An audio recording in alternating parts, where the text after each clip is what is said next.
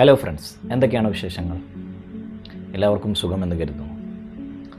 ഇന്ന് നമ്മൾ ചർച്ച ചെയ്യുന്നത് നമ്മളെല്ലാവരും സ്ഥിരമായി അനുഭവിക്കുന്ന ഒരു പ്രശ്നത്തെക്കുറിച്ചാണ്. ഏതാണ് ആ പ്രശ്നം?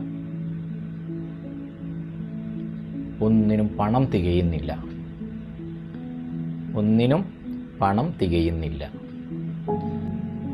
ഇങ്ങനെ ഒരു പ്രയാസം നിങ്ങൾ നേരിടുന്നുണ്ടോ?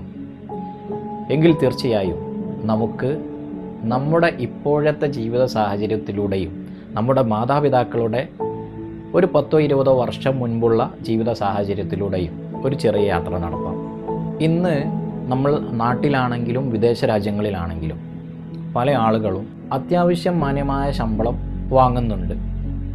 ഏറ്റവും ചുരുങ്ങിയത് നാട്ടിലെ ഒരു 30,000 രൂപ മുതലോ അല്ലെങ്കിൽ അതിനു മുകളിലോ ഒക്കെ സാധാരണ ഒരു തൊഴിലാളി ഇന്ന് ശമ്പളം വാങ്ങുന്നുണ്ട്. ഇനി നമ്മുടെ നാടുകളിലും തന്നെ അത്യാവശ്യം കഴിഞ്ഞു പോകാനുള്ള ഒരു സാമ്പത്തിക നിലയിലുള്ള അല്ലെങ്കിൽ ഒരു സന്തുലിതമായ രൂപത്തിൽ കാര്യങ്ങൾ ചെയ്യാനാകുന്ന ശമ്പളം നമുക്ക് നാട്ടിലും ലഭിക്കുന്നുണ്ട്. എന്നാൽ മെച്ചപ്പെട്ട ജീവിത സാഹചര്യങ്ങളും മെച്ചപ്പെട്ട ശമ്പളവും ഒക്കെ തേടിയാണ് നമ്മൾ പലരും വിദേശ രാജ്യങ്ങളിലേക്ക് ചേക്കേറിയിട്ടുള്ളത്. അതൊരു വാസ്തവം തന്നെയാണ്. അല്ലെങ്കിൽ നമ്മുടെ പൂർവികർ വിദേശ രാജ്യങ്ങളിലേക്ക് അന്നത്തെ കാലത്ത് ചേക്കേറിയത്. ഒരു വിദേശ രാജ്യത്ത് നിൽക്കുന്ന ഒരു വ്യക്തിക്ക് മാന്യമായ ശമ്പളം ഉണ്ടായിട്ടും അയാളുടെ മാസാവസാനം അദ്ദേഹത്തിൻ്റെ കാര്യങ്ങൾക്ക് കിട്ടിയ ശമ്പളം തികയുന്നില്ല. അല്ലെങ്കിൽ മാസാവസാനമാകുമ്പോഴേക്ക് കയ്യിലുള്ള മുഴുവൻ ക്യാഷും തീർന്ന് ഒപ്പമുള്ള മറ്റു ജോലി ചെയ്യുന്ന ആളുകളിൽ നിന്നോ സഹപ്രവർത്തകരിൽ നിന്നോ കൂട്ടുകാരിൽ നിന്നോ കടം വാങ്ങുന്ന അവസ്ഥ വരും. അല്ലെങ്കിൽ നമ്മുടെ കയ്യിലുള്ള ക്രെഡിറ്റ് കാർഡുകളൊക്കെ പോലെയുള്ള കാര്യങ്ങൾ ഉപയോഗിക്കേണ്ട സാഹചര്യം വരും. എന്തുകൊണ്ടാണ് ഇങ്ങനെ സംഭവിക്കുന്നത്? നമ്മുടെ മാതാപിതാക്കൾ 10, 20, 30 വർഷം മുമ്പ് എങ്ങനെയായിരിക്കും വളരെ തുച്ഛമായ ശമ്പളത്തിൽ അവരുടെ കാര്യങ്ങളൊക്കെ നടത്തിയത്? അന്നും ഇന്നും അന്ന് പൊതുവെ എല്ലാ സാധനങ്ങൾക്കും വില കുറവാണ് എന്ന് നമ്മൾ ചിന്തിക്കും. എന്നാൽ അന്നത്തെ വില അന്ന് ലഭിക്കുന്ന ശമ്പളത്തോട് സാമ്യമായ വിലയായിരുന്നു. ഇന്ന് നമ്മൾ കൂടുതൽ ശമ്പളം വാങ്ങും, അന്നത്തേതിനേക്കാൾ കൂടുതൽ ശമ്പളം വാങ്ങുന്നു. പക്ഷേ സാധനങ്ങളുടെ വില ഇന്നത്തെ ശമ്പളത്തോടെ ഏകദേശം തുല്യമായ രൂപത്തിലായിരിക്കുന്നു. അതായത് നമ്മുടെ സമ്പത്ത് വർദ്ധിച്ചെങ്കിലും പണത്തിൻ്റെ മൂല്യത്തിലുള്ള ഇടിവ് എല്ലാ മേഖലയിലും നമുക്ക് കാണാം. പണ്ടത്തെ സ്വർണ്ണവില നിങ്ങളൊന്ന് എടുത്തു നോക്കൂ, മുമ്പത്തെ പെട്രോളിൻ്റെ വില എടുത്തു നോക്കൂ. ഇപ്പോഴത്തെ സ്വർണത്തിൻ്റെ വിലയോ അല്ലെങ്കിൽ ഇപ്പോഴത്തെ പെട്രോളിൻ്റെ വിലയോ സാധനങ്ങളുടെ വിലയോ എന്ന് താരതമ്യം ചെയ്യും. മറ്റൊരു സാഹചര്യം എന്താണ്? നമ്മുടെ വീടുകളിൽ പല അലമാറകൾ തുറന്നാലും ഒരു ഷോപ്പ് തുടങ്ങാൻ മാത്രം ആവശ്യമായ വസ്ത്രങ്ങൾ നമ്മുടെയൊക്കെ വീടുകളിൽ കെട്ടിക്കിടക്കുന്നുണ്ട്. ശ്രദ്ധിക്കണം, കെട്ടിക്കിടക്കുന്നുണ്ട് എന്നതാണ് ഞാൻ പ്രയോഗിച്ചത്. അതായത് ഒരു പ്രാവശ്യം കല്യാണത്തിനോ മറ്റ് സൽക്കാര പരിപാടികൾക്കോ നമ്മൾ ഉപയോഗിച്ച വസ്ത്രം പലരും പിന്നീട് അടുത്ത ഒരു പരിപാടിക്കോ അതല്ലെങ്കിൽ അത് കഴിഞ്ഞിട്ടുള്ള മറ്റൊരു പരിപാടിക്കോ ഉപയോഗിക്കുന്നില്ല. നമുക്ക് പുതിയത് വേണം, എല്ലാം പുതിയത് വേണം. ഡ്രസ്സുകൾ പുതിയത് വേണം, ഫോണുകൾ പുതിയത് വേണം, മറ്റ് ഗാഡ്ജറ്റുകൾ പുതിയത് വേണം. അത് വസ്ത്രം മുതൽ എല്ലാ കാര്യങ്ങളിലും ഇങ്ങനെ പുതിയത് എന്ന് പറഞ്ഞ് നമ്മൾ അതിൻ്റെ പിന്നാലെ പോകുമ്പോൾ നമ്മുടെ പണത്തിന് പൊതുവെ മൂല്യം ഇടിഞ്ഞുകൊണ്ടേയിരിക്കുകയാണ്. ശമ്പളം ഞാൻ നേരത്തെ സൂചിപ്പിച്ചു, ധാരാളം ലഭിക്കുന്നുണ്ട്. മൂല്യത്തിൻ്റെ തകർച്ച കാരണം ധാരാളം ചിലവഴിക്കേണ്ടിയും വരുന്നുണ്ട്. അപ്പോൾ നമ്മൾ ഈ രൂപത്തിലുള്ള ചില ആർഭാടങ്ങൾ, അനാവശ്യമായ ആവശ്യങ്ങൾ, വസ്ത്രം നമുക്കുണ്ട്, ഒരു പ്രാവശ്യമേ അത് ഉപയോഗിച്ചിട്ടുള്ളൂ, എങ്കിലും നമ്മൾ എന്ത് ചെയ്യുന്നില്ല, അത് ഉപയോഗിക്കുന്നില്ല. മറിച്ച് വീണ്ടും പുതിയത് വാങ്ങുന്നു, കൂടുതൽ പണം ചിലവഴിക്കുന്നു. എന്തിനാണ് ഈ രൂപത്തിലുള്ള അനാവശ്യമായ ആവശ്യങ്ങൾ നമ്മൾ നിറവേറ്റുന്നത്? അങ്ങനെ ഒരു തുക നിങ്ങൾ സേവ് ചെയ്യുകയോ SIP പോലെയുള്ള സാമ്പത്തിക സ്വാതന്ത്ര്യം നേടാൻ ആവശ്യമായ നിക്ഷേപ പരിപാടികളിലേക്ക് കൊണ്ടുപോവുകയോ ചെയ്താൽ എത്ര വലിയ ഗുണകരമായിരിക്കും അത്. ഇന്നൊരാളുടെ കയ്യിൽ 500 രൂപയുണ്ടെങ്കിൽ ക്രമേണ അത് ഇൻവെസ്റ്റ് ചെയ്യുകയും SIP പോലെയുള്ള നല്ല കാര്യങ്ങളിൽ ഇൻവെസ്റ്റ് ചെയ്യുകയും ഭാവിയിൽ ഏറ്റവും ചുരുങ്ങിയത് 25 ലക്ഷം രൂപ വരെ അതിനെ ഉയർത്തി അതിൻ്റെ റിട്ടേൺ എടുക്കാൻ സാധിക്കുകയും ചെയ്യുന്ന എത്രയോ പദ്ധതികൾ നമുക്ക് ചുറ്റുമുണ്ട്. മറ്റൊന്ന് അമിതമായ സൗന്ദര്യഭ്രമം എന്ന് പറയാം. സൗന്ദര്യഭ്രമം എന്ന് പറയുമ്പോൾ പലരും ബ്യൂട്ടി പാർലറുകൾ അമിതമായി ആശ്രയിക്കുന്നു, അല്ലെങ്കിൽ ബ്യൂട്ടി കോൺഷ്യസ് ആകുന്നു. പലതരം ക്രീമുകൾ വാങ്ങുന്നു, പലതരം മേക്കപ്പ് പ്രൊഡക്റ്റുകൾ വാങ്ങുന്നു. ഒരു പ്രാവശ്യം വാങ്ങിയത് അത് പോരാ, അടുത്തത് കുറച്ചുകൂടെ മെച്ചപ്പെട്ടത് എന്ന രൂപത്തിൽ പരസ്യങ്ങളിലും മറ്റുമൊക്കെ ആകർഷ്ടരായി അതിനെ വാങ്ങുന്നു. പല രൂപത്തിലുള്ള സൗന്ദര്യവർദ്ധക ക്ലിനിക്കുകൾ നമ്മുടെ നാടുകളിൽ കൂണുപോലെ തഴിച്ച് വളരുന്നു. മുമ്പൊക്കെ ബ്യൂട്ടി പാർലറുകൾ, സലൂണുകൾ എന്നതിൽ നിന്ന് മാറി നമ്മുടെ ആളുകളുടെ മനസ്സിൽ കൂടുതൽ ബ്യൂട്ടി കോൺഷ്യസ്നെസ് ഒക്കെ നിറച്ച് പരസ്യങ്ങളൊക്കെ അധികരിപ്പിച്ച് എൻ്റെ നിലവിലെ ഒരു സൗന്ദര്യം അതെനിക്ക് പോരാ, ഇനിയും ഒരു എത്രയോ മെച്ചപ്പെടാനുണ്ട്, അല്ലെങ്കിൽ എൻ്റെ കൂടെയുള്ളവർക്കൊപ്പം നിൽക്കുമ്പോൾ എൻ്റെ സൗന്ദര്യം കുറവാണ്, അപ്പോൾ എനിക്ക് അവരെ പോലെ ആകണം, അല്ലെങ്കിൽ അതിനേക്കാൾ ഒരു പടി മുന്നേറണം, അതിനുള്ള വഴി എന്താണെന്ന് അന്വേഷിക്കുന്നു. ഉടനെ ഇത്തരം സൗന്ദര്യവർദ്ധക ക്ലിനിക്കുകളൊക്കെ നമ്മൾ ശ്രദ്ധയിൽപ്പെടുന്നു. അവിടെ പോകുന്നു, ആയിരങ്ങളും പതിനായിരങ്ങളും ഒക്കെ ചിലവഴിക്കുന്നു. ഓരോ ട്രീറ്റ്മെൻറ്റിനും ആയിരങ്ങളും പതിനായിരങ്ങളും ലക്ഷങ്ങളും ഒക്കെയാണ് ചിലവഴിക്കപ്പെടുന്നത്. അതായത് ഇവിടെയെല്ലാം നമ്മുടെ സാമ്പത്തിക അച്ചടക്കം എന്നത് തെറ്റിപ്പോവുകയാണ്. വരുന്ന സമ്പത്ത് കാണുന്നില്ല എന്നതാണ് നമ്മുടെയൊക്കെ പരാതി. എന്നാൽ അവിടുത്തെ ചോദ്യം ഈ വരുന്ന സമ്പത്തിനെ നിങ്ങൾ മാന്യമായി ഉപയോഗിക്കുന്നുണ്ടോ എന്നതാണ്. അല്ലെങ്കിൽ അതിനെ പിടിച്ചു നിർത്താൻ, ലഭിക്കുന്നതിൽ നിന്ന് പിടിച്ചു നിർത്താൻ, അല്ലെങ്കിൽ ഉള്ളതിനെ അധികരിപ്പിക്കാൻ ചെറിയ രൂപത്തിലുള്ള നിക്ഷേപങ്ങളൊക്കെ നടത്തി ഒരു ഭദ്രത നേടാൻ നമ്മൾ ശ്രമിക്കുന്നുണ്ടോ, ചിന്തിക്കുന്നുണ്ടോ എന്നതാണ് യഥാർത്ഥത്തിലുള്ള വിഷയം, അല്ലെങ്കിൽ യഥാർത്ഥത്തിൽ നമ്മളൊക്കെ നേരിടുന്ന ചോദ്യം.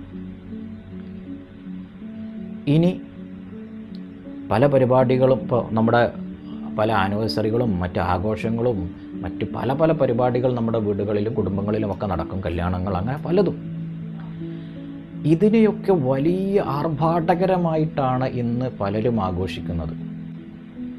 സാമ്പത്തിക ശേഷിയുള്ളവർ 10 കോടിയുള്ള ഒരാൾക്ക് ഒരുപക്ഷെ 1 ലക്ഷം പോലെ ചിലവഴിക്കാം, അതിന് പ്രശ്നമുണ്ടാകില്ല. എന്നാൽ 10 ലക്ഷം കയ്യിലുള്ളവൻ 1 കോടി ചിലവഴിച്ചാൽ എങ്ങനെയിരിക്കും? അതാണ് നമ്മുടെ കുടുംബങ്ങളിൽ ഇന്ന് നടക്കുന്ന പല ഹൗസ് വാമിങ്ങുകളോ അല്ലെങ്കിൽ ഇത്തരത്തിലുള്ള ആനിവേഴ്സറികളിലോ അല്ലെങ്കിൽ കല്യാണ പരിപാടികളിലൊക്കെ നടന്നുകൊണ്ടിരിക്കുന്നത്. വലിയ വിലപിടിപ്പുള്ള ഗിഫ്റ്റുകൾ പരസ്പരം അങ്ങോട്ടും ഇങ്ങോട്ടും കൈമാറുന്നു. അവിടെ ഒന്നും നമ്മുടെ സാമ്പത്തിക ശേഷിയോ നമ്മുടെ സാമ്പത്തിക സ്ഥിതിയോ നമ്മൾ ചിന്തിക്കുന്നില്ല. വായ്പകൾ സ്വീകരിച്ച് കടങ്ങൾ വാങ്ങി ആ പരിപാടി ഗംഭീരമായി നടത്തുന്നു. എന്നിട്ട് പിന്നീട് എന്ത് സംഭവിക്കുന്നു? ഈ വാങ്ങിയതൊക്കെ തിരിച്ചടക്കണം, എടുത്തതൊക്കെ തിരിച്ചു കൊടുക്കണം. സമയമെത്തുമ്പോൾ ആളുകളൊക്കെ നമ്മളെ വിളിക്കുന്നതിന് മുമ്പ് കൊടുക്കാൻ സാധിക്കണം, ചോദിക്കുന്നതിന് മുമ്പ് നൽകാൻ കഴിയണം. EMI ഒക്കെ ഉണ്ടെങ്കിൽ ഡേറ്റ് എത്തുന്നതിൻ്റെ 2 ദിവസം മുമ്പെങ്കിലുമൊക്കെ നമുക്ക് അടക്കാൻ സാധിക്കണം. ഇതൊന്നും സാധിക്കാത്ത ആളുകൾ ഇത്തരം കാര്യങ്ങളിൽ പോയി താൽക്കാലിക സുഖത്തിന് വേണ്ടി ഇതിലൊക്കെ ചാടിക്കൊടുക്കും.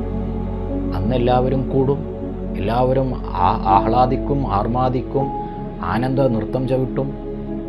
ഇതൊക്കെ കഴിഞ്ഞാൽ ഇതിൻ്റെയൊക്കെ പരിണിത ഫലം അനുഭവിക്കേണ്ടത് ഈ ചെലവഴിക്കുന്നവരല്ലേ, അല്ലെങ്കിൽ നമ്മളെയൊക്കെ പോലെയുള്ള സാധാരണക്കാരല്ലേ. ഇനി മറ്റൊരു കാര്യം, അനാവശ്യമായ ക്രെഡിറ്റ് കാർഡുകൾ ബുദ്ധിപരമായി ഉപയോഗിക്കുന്ന എത്രയോ ആളുകളുണ്ട്. 1, 2, 3, 4 ഒക്കെ ക്രെഡിറ്റ് കാർഡുകൾ ഉപയോഗിക്കുന്ന ആളുകളുണ്ടാകും, അല്ലെങ്കിൽ അതിൽ കൂടുതൽ ഉപയോഗിക്കുന്ന ആളുകളുണ്ടാകും. എന്നാൽ അതൊക്കെ ചിന്തിച്ചും ബുദ്ധിപരമായും ഉപയോഗിക്കുന്നവർക്ക് അതിൽ നേട്ടമുണ്ട്. എന്നാൽ കയ്യിൽ ക്രെഡിറ്റ് കാർഡ് ഉണ്ടല്ലോ, അതിനെ ഒരു ധൈര്യമാക്കിയെടുത്ത് ശമ്പളം വരുമ്പോൾ അത് തിരിച്ചടക്കാമല്ലോ എന്ന് ചിന്തിച്ച് ഒരു പക്ഷേ ചിലവഴിച്ച് അത് ശമ്പളത്തേക്കാൾ കൂടുതൽ അപ്പുറം പോകുന്നു. അപ്പോൾ പിന്നീട് എന്ത് സംഭവിക്കും? അത് EMI മാറ്റേണ്ടി വരും. അപ്പോൾ അവിടെ ഇൻട്രസ്റ്റ് വരും. വീണ്ടും കൂടുതലായി പണം, അതായത് വാങ്ങിയതിനേക്കാൾ, കിട്ടിയതിനേക്കാൾ, എടുത്തതിനേക്കാൾ പണം തിരിച്ചടക്കേണ്ടി വരും. ഇത്തരം വലിയ വലിയ കുഴികളിൽ, അല്ലെങ്കിൽ പേഴ്സണൽ ലോണുകളിൽ ചില ആളുകൾ ഓടിച്ചിട്ട് ലോണ് തരും.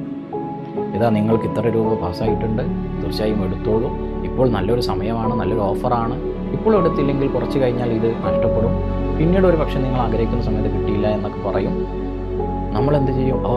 ഇത്രയും ക്യാഷ് പെട്ടെന്ന് കിട്ടുകയാണെങ്കിലോ എന്ന് കരുതി അതിൻ്റെ ടേംസോ കണ്ടീഷൻസോ അല്ലെങ്കിൽ അതിൻ്റെ ഇൻട്രസ്റ്റ് റേറ്റുകളോ ഒന്നും നോക്കാതെ എടുത്തു ചാടും. ഇത് ചിലവഴിച്ച് കഴിയുമ്പോൾ ഇതിൻ്റെ തിരിച്ചടവിലേക്ക് നമ്മൾ എത്തുമ്പോഴാണ് അയ്യോ പെട്ടല്ലോ എന്ന് പലപ്പോഴും ചിന്തിക്കുക. അപ്പോൾ ഇത്തരത്തിലുള്ള ഒരു പിടി കാരണങ്ങൾ നമ്മുടെ സാമ്പത്തിക അച്ചടക്കം ഇല്ലാതാക്കുകയും വരുമാനത്തെക്കാൾ വലിയ ചിലവുകാരായി നമ്മളെ മാറ്റുകയും ചെയ്യുന്നുണ്ട്. ഇത് അറിഞ്ഞും അറിയാതെയും നമ്മളിൽ നിന്ന് വന്നു പോകുന്ന വലിയ തെറ്റാണ്. സാമ്പത്തിക ശേഷി തീർച്ചയായിട്ടും എല്ലാവർക്കും ഒരുപോലെയൊന്നുമല്ല. കൂടുതൽ ശേഷിയുള്ളവർ കൂടുതൽ ചിലവഴിക്കും. അതിന് നമുക്ക് തെറ്റ് പറയാനാകില്ല, കാരണം അവർക്ക് അതിനുള്ള സോഴ്സുകളുണ്ട്. എന്നാൽ അവരെ പോലെ, അല്ലെങ്കിൽ നമ്മുടെ കുടുംബത്തിൽ ഒരാൾ നടത്തിയ പരിപാടി അതിനേക്കാൾ മികച്ചത് നമുക്ക് നടത്തണം, എന്നാൽ നമുക്കതിനുള്ള ശേഷിയില്ല. അപ്പോൾ നമ്മൾ പല വഴികൾ തേടി ആ രൂപത്തിലൊക്കെ കാര്യങ്ങൾ നടത്തി അവസാനം പടുകുഴിയിൽ വീഴുന്നു. ഗവൺമെൻറ് ഹോസ്പിറ്റലുകളിലൊക്കെ പ്രസവം അടക്കമുള്ള എല്ലാ കാര്യങ്ങൾക്കും വലിയ സേവനങ്ങൾ, സൗജന്യങ്ങൾ നമ്മുടെ സർക്കാരുകൾ പ്രൊവൈഡ് ചെയ്യുന്നുണ്ട്. എന്നാൽ ഇതിനൊന്നോടൊന്നും താല്പര്യമില്ല. കുറച്ച് പേര് കേട്ട, അല്ലെങ്കിൽ കുറച്ച് കൂടുതൽ നിലകളൊക്കെയുള്ള ഒരു ആർഭാടമായ പ്രൈവറ്റ് ഹോസ്പിറ്റലുകളിലൊക്കെ പ്രസവം നടത്തിയാലേ ഒരു വെയിറ്റ് ഉണ്ടാകും എന്നൊക്കെ ചിന്തിക്കുന്ന എത്രയോ കുടുംബങ്ങൾ ഇന്നുമുണ്ട്. ഞാൻ താമസിക്കുന്ന സ്ഥലത്തിൻ്റെ 5 കിലോമീറ്റർ അപ്പുറവും 5 കിലോമീറ്റർ ഇപ്പുറവും ഗവൺമെൻറ് ഹോസ്പിറ്റലുകളുമുണ്ട്, പ്രൈവറ്റ് ഹോസ്പിറ്റലുകളുമുണ്ട്. എന്നാൽ ഈ ഗവൺമെൻറ് ഹോസ്പിറ്റലുകളിൽ വരുന്ന ആളുകളെക്കാൾ പലപ്പോഴും പ്രൈവറ്റ് ആശുപത്രികളിൽ ആളുകൾ തിക്കിത്തിരക്കുന്നത് കാണാം. ഗവൺമെൻറ് ആശുപത്രികളിൽ ഇതെല്ലാം സൗജന്യവും മാന്യവുമായി ചെയ്യുമ്പോൾ അനാവശ്യ ചെലവുകൾ വരുത്തി വെച്ച് പ്രൈവറ്റ് സ്ഥാപനങ്ങളെ ചില ആളുകൾ ആശ്രയിക്കുന്നു. അതെന്തിനാണ്? അത് കുടുംബത്തിലൊരു വെയിറ്റ് ഉണ്ടാകാൻ വേണ്ടി, അല്ലെങ്കിൽ 4 ആളോട് പറയുമ്പോൾ എൻ്റെ മകൾ അല്ലെങ്കിൽ ഞാൻ ഇന്ന ഹോസ്പിറ്റലിലാണ് പ്രസവിച്ചതെന്ന് പറയുമ്പോൾ അതൊരു ഗമയായി കൊണ്ട് നടക്കുന്നുണ്ട്. അനാവശ്യ ചെലവുകളെ ഒരു ഗമയുടെയോ അല്ലെങ്കിൽ അതൊരു സ്റ്റാറ്റസ് സിമ്പൽ ആക്കിയൊക്കെ നമ്മൾ മാറ്റുന്നു. ഇവിടെയൊക്കെയാണ് തീർച്ചയായും നമുക്ക് അച്ചടക്കമില്ലായ്മ എന്നോ തെറ്റ് എന്നോ മനഃപൂർവ്വമായി വരുത്തി വെക്കുന്ന വിനയെന്നോ വിളിക്കാൻ പറ്റുന്ന ഈ ഒരു കാര്യം നമ്മളൊക്കെ ചെയ്യുന്നത്. ഒരുപാട് സർക്കാർ സേവനങ്ങൾ, സൗകര്യങ്ങൾ ഒക്കെ നമുക്ക് ഫ്രീ ആയി ലഭിക്കുമ്പോഴും പലരും പലതിനെയും ഈ പറഞ്ഞ ഹോസ്പിറ്റൽ അടക്കമുള്ള വിഷയങ്ങളിൽ നമ്മൾ പ്രൈവറ്റ് സ്ഥാപനങ്ങൾ ആശ്രയിക്കുന്നത് പോലെ തന്നെ മറ്റ് പല കാര്യങ്ങൾക്കും നമ്മൾ എന്ത് ചെയ്യുന്നു? സർക്കാരിൻ്റെ സേവനങ്ങൾ ഉപയോഗപ്പെടുത്തുന്നില്ല. ഇനി പ്രവാസികളുടെ കാര്യത്തിലേക്ക് വന്നാൽ, പ്രവാസികൾ പലപ്പോഴും ചെയ്യുന്ന ഒരു മണ്ടത്തരം, ഒന്നുകിൽ ചില ആളുകളൊക്കെ യൂറോപ്യൻ രാജ്യങ്ങളിൽ കുടിയേറിയവരാണ്, അവിടെ വീട് വാങ്ങുകയും അതിന് വലിയ തുക അവിടുത്തെ ബാങ്കുകളിൽ നിന്ന് ലോൺ എടുക്കുകയും ഒരു ഘട്ടത്തിൽ അത് ലോൺ സാങ്ഷൻ ആകുമെന്ന് നമ്മൾ പ്രതീക്ഷിക്കുകയും പിന്നീട് അതിൻ്റെ അപ്രൂവലിന് പോകുമ്പോൾ അവർ അത് പരിശോധിക്കാൻ ആളെ വിടുകയും അന്ന് ലഭിക്കുമെന്ന് പ്രതീക്ഷിച്ച പണം പിന്നീട് ലഭിക്കാതെ വരികയും ചെയ്യുമ്പോൾ എന്തു സംഭവിക്കും? നമ്മളവിടെ തകർന്നു പോകും. അതുവരെ ചിലവഴിച്ച, പലപ്പോഴും അവിടെയൊക്കെ 20%, 25% ആദ്യം കൊടുക്കേണ്ടതുണ്ട്. ആ തുകയും നഷ്ടപ്പെടും. ബാങ്കിൽ നിന്ന് പണം ലഭിച്ചതുമില്ല, ആദ്യം കൊടുത്ത തുക നഷ്ടപ്പെടുകയും ചെയ്യുന്നു, അല്ലെങ്കിൽ ചെയ്തേക്കാം. പിന്നീട് സാങ്ഷൻ ആകാത്ത പണം കണ്ടെത്താൻ വേണ്ടി നമ്മൾ നെട്ടോട്ടമോടും. ഈ പണം സാങ്ഷൻ ആയില്ലെങ്കിൽ, അല്ലെങ്കിൽ ഒപ്പിക്കാൻ നമുക്ക് സാധിച്ചില്ലെങ്കിൽ എന്തു സംഭവിക്കും? നമ്മൾ ആരുമായാണോ അഗ്രിമെൻ്റ് ഉണ്ടാക്കിയത് അവർ ഒരു പക്ഷേ നമുക്കെതിരെ കേസിന് പോകും. ശ്രദ്ധിക്കുക, വിദേശ രാജ്യങ്ങളിൽ സംഭവിക്കുന്ന ഏറ്റവും വലിയ ചതിയെന്നോ അല്ലെങ്കിൽ അബദ്ധമെന്നോ പറയാം. ചതിയെന്നൊരു പക്ഷെ പറയാൻ സാധിക്കുമോ എന്ന് എനിക്കറിയില്ല. എന്നാൽ വലിയ മലയാളികൾക്ക് പറ്റുന്ന വലിയൊരു അബദ്ധം, ഈ എഗ്രിമെൻ്റ് ഉണ്ടാക്കിയ ആൾ, നമുക്ക് വീട് കൈമാറേണ്ട ആൾ വീടിൻ്റെ പണി കഴിയുമ്പോൾ അദ്ദേഹത്തിന് നൽകേണ്ട പണത്തിൽ നിന്ന് 1 രൂപ പോലും കുറയില്ല. എഗ്രിമെൻറ്റിലുള്ള മുഴുവൻ തുകയും നിർബന്ധമായി കൊടുക്കേണ്ടി വരും. ഇത് കൊടുത്തില്ലെങ്കിൽ ആദ്യം കൊടുത്ത 20-25% നഷ്ടപ്പെടും. ഇയാളെ കബളിപ്പിച്ചു എന്ന രൂപത്തിലുള്ള കേസും വരും. ആ കേസ് കളിക്കാനും ധാരാളം പണം ചിലവഴിക്കേണ്ടി വരും. ഇനി വിദേശ രാജ്യത്ത് പോവുകയും നാട്ടിൽ വീടെടുക്കുകയും ഒക്കെ ചെയ്യുന്ന പല പ്രവാസികളും ചെയ്യുന്ന ഒരു അബദ്ധം, ഒരുപാട് കാലത്തേക്ക്, അതല്ലെങ്കിൽ NRI എന്ന സ്റ്റാറ്റസ് നമുക്കുള്ളത് കൊണ്ട് നാട്ടിലെ പല ബാങ്കുകളിലും വലിയ തുകകൾ 30-50 ഒക്കെ ലക്ഷം, അല്ലെങ്കിൽ 60 ഒക്കെ ലക്ഷം ലോണ് ലഭിക്കുമെന്ന് കേട്ട് ഉടനെ അതിലേക്ക് മറിഞ്ഞു ചാടും. ഈ ലോണ് വാങ്ങി പിന്നീട് ഇതിൻ്റെ EMI ഇങ്ങനെ അടച്ചു വരുമ്പോൾ എന്താണിത് അടച്ചടച്ച് തീരാത്തത് എന്ന സങ്കടമായിരിക്കും പിന്നീട് നമുക്കുണ്ടാകുക.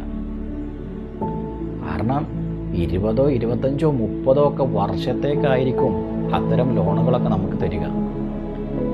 ഇനി ഈ ലോണുകളൊക്കെ നിങ്ങൾ കൃത്യമായി അടക്കുന്നുണ്ട് എന്ന് വെക്കുക.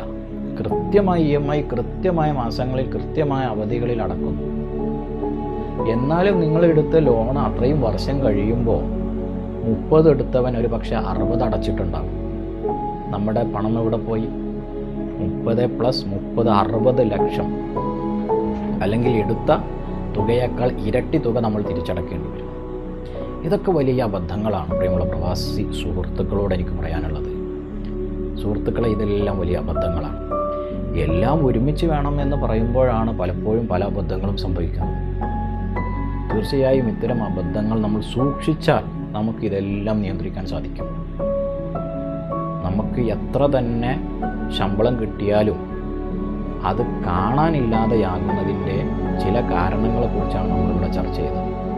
പ്രയോറിറ്റികൾ നിശ്ചയിക്കണം. എല്ലാത്തിനും വേണ്ടി ചിലവഴിക്കുക, എന്തിനും ഏതിനും ചിലവഴിക്കുക എന്നതിൽ നിന്നൊക്കെ മാറി ഏറ്റവും അത്യാവശ്യമുള്ളത്, ആവശ്യമുള്ളത്, വളരെ പെട്ടെന്ന് ആവശ്യമില്ലാത്തത് എന്നൊക്കെ ഇങ്ങനെ കാറ്റഗറൈസ് ചെയ്ത് നമ്മുടെ ചിലവുകളെയും വരുമാനത്തിനനുസരിച്ച് നിയന്ത്രിച്ചാൽ നമുക്കും സുരക്ഷിതമായ സാമ്പത്തിക ഭദ്രത നേടാനാകും. തീർച്ചയായും എല്ലാവർക്കും ഈ വീഡിയോ ഉപകാരപ്പെടും എന്ന് ഞാൻ പ്രതീക്ഷിക്കുന്നു. നിങ്ങളുടെ വിലപ്പെട്ട അഭിപ്രായങ്ങളും നിർദ്ദേശങ്ങളുമൊക്കെ നമ്മുടെ കമൻറ്റ് ബോക്സിൽ രേഖപ്പെടുത്തുക. ഇഷ്ടപ്പെട്ടാൽ ലൈക്ക് ചെയ്യുക, ഷെയർ ചെയ്യുക. നിങ്ങളുടെ സ്നേഹത്തിൻ്റെ ഭാഗമായി നമ്മുടെ ചാനൽ സബ്സ്ക്രൈബ് ചെയ്യുക. തീർച്ചയായും മറ്റൊരു വിഷയവുമായി വീണ്ടും കണ്ടുമുട്ടാം. അതുവരേക്കും നന്ദി. Thank you.